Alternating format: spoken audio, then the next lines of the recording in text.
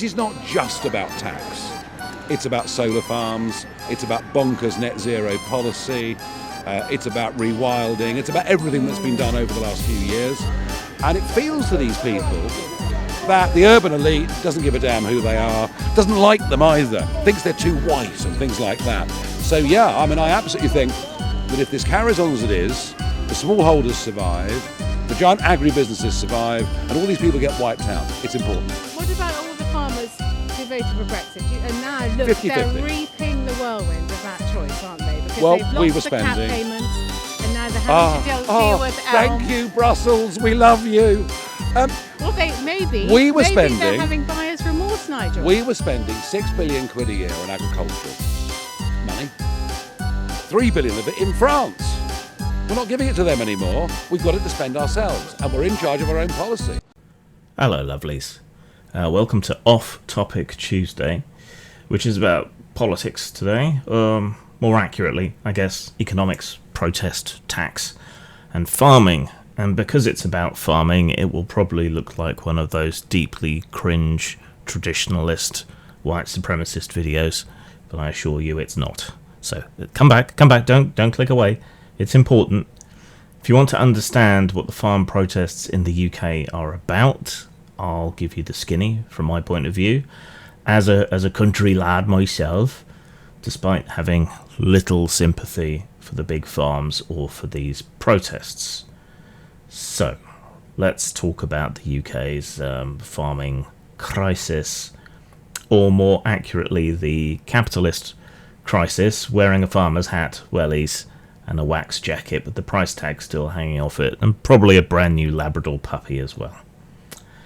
So right now, there's a lot of noise about Labour's proposed changes to agricultural inheritance tax in particular, that being that farmers will actually get charged inheritance tax, as everyone else has for a very long time, rather than getting away with paying none. So that's what the protest purports to be about, but as is often the case, the real culprits are hiding in plain sight, or even joining in on the protests, as Farage and Jeremy Clarkson have. First, Labour wants to cap inheritance tax for family farms at 1 million starting in 2026. So if your farm is worth more than that, you will face a 20% charge on the excess value. The allowance goes up for couples. There are various other ways to increase the allowance. So by and large, it will mostly skip over small farms, crofts, that sort of thing. But, oh my god, pay tax? Cue the outrage. Farmers claim this will destroy family farming, that they'll have to sell land to cover tax bills, and that it's yet another knife in the back after Brexit, which these dumb motherfuckers voted for as a clear majority. But let's not forget, farming estates already get better deals than the rest of us. Regular estates, that is, what's left after I die and is passed on to whomever, they have to pay 40% tax above a much lower threshold. I believe it's 300 and something thousand pounds, which down here in the south, that's the price of even a fairly modest house, so you get some idea of it.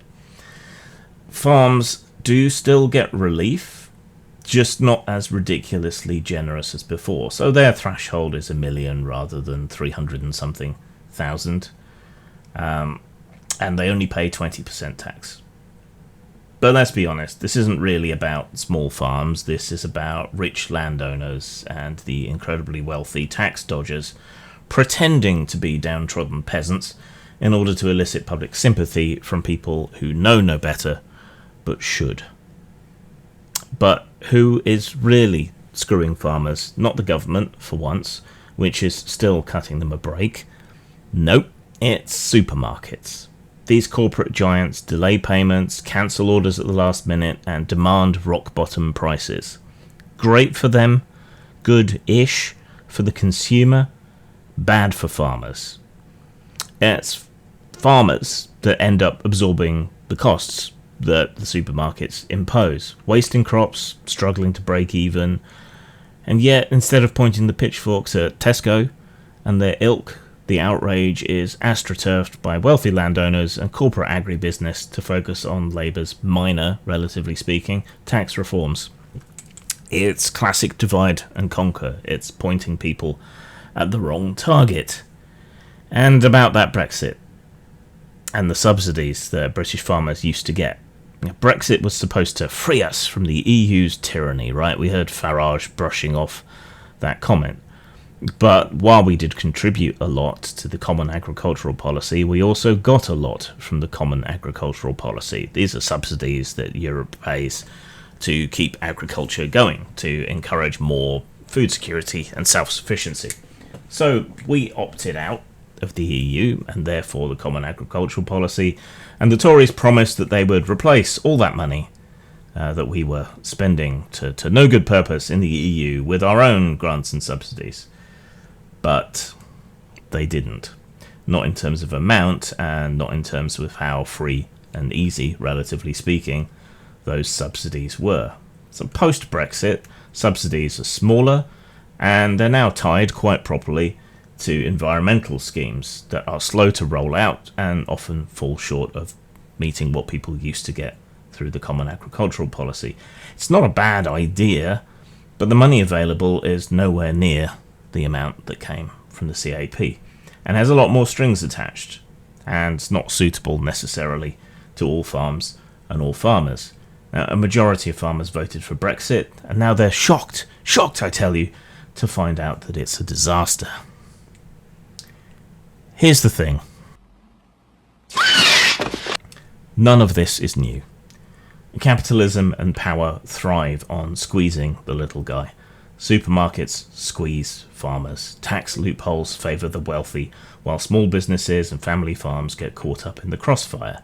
And the narrative? Controlled by tabloids, bot farms and corporate interests who want us to fight amongst ourselves rather than questioning or bucking against the system that favours them. Add to that the semi-lie of farmers as stewards of the land. They actually often do terrible things like redirecting rivers, polluting water, taking over the commons, that would be a whole video, and trying to erase public footpaths. And so you have a mix of divide and conquer, weird nostalgia and self-delusion driving a lot of this. So don't fall for it. Yeah, farmers have legitimate struggles, but the blame doesn't lie with inheritance tax tweaks or environmental schemes. They're just being asked to pay their way same as everyone else, and if their business fails, it fails, just like everyone else. They're just being asked to pay their fair share. And they're still getting special treatment compared to everyone else, paying at half the rate, not having to pay at all until their estate's worth over $1 million. And there are ways around this. You can hand things on to your descendants before you die to avoid tax. The problem lies with the capitalist system that values profit over people, the ultra-wealthy making pretend play farms so that they can avoid tax, and agitators with deep pockets acting on behalf of the truly wealthy. Farage is the architect of much of British agriculture's doom, but the Muppets are praising him and he's joining in their protests. Clarkson, whose farm was an explicit tax dodge, self-admitted, is at the protests, but he helped to create the conditions that created the necessity of these changes. Pay your way, Clarkson. Farmers do have a hard time, sure. Absolutely, I see that every day in my village. But the blame is Brexit, and that's largely self-inflicted. And powerful supermarkets, since bargaining on the side of the farmers has been so weakened over the past, nearly 50 years. And it's all made worse by dishonest shills like Farage and Clarkson. So that pay your goddamn way, same as everyone else. If your business fails, it fails, same as everyone else, apart from the banks. That's a whole other video again. We have to dig ourselves out of the hole that your heroes made for you and the rest of us, and that necessitates change, unfortunately. Not that many people, well, at least according to government statistics, are really going to be affected by this. Only the wealthiest. And that kind of gives you a clue as to why the fighting is so vicious and so utterly astroturfed online. Zang. About 3,000 of you subscribe, but only about 200 are getting notifications, so click the bell and click all.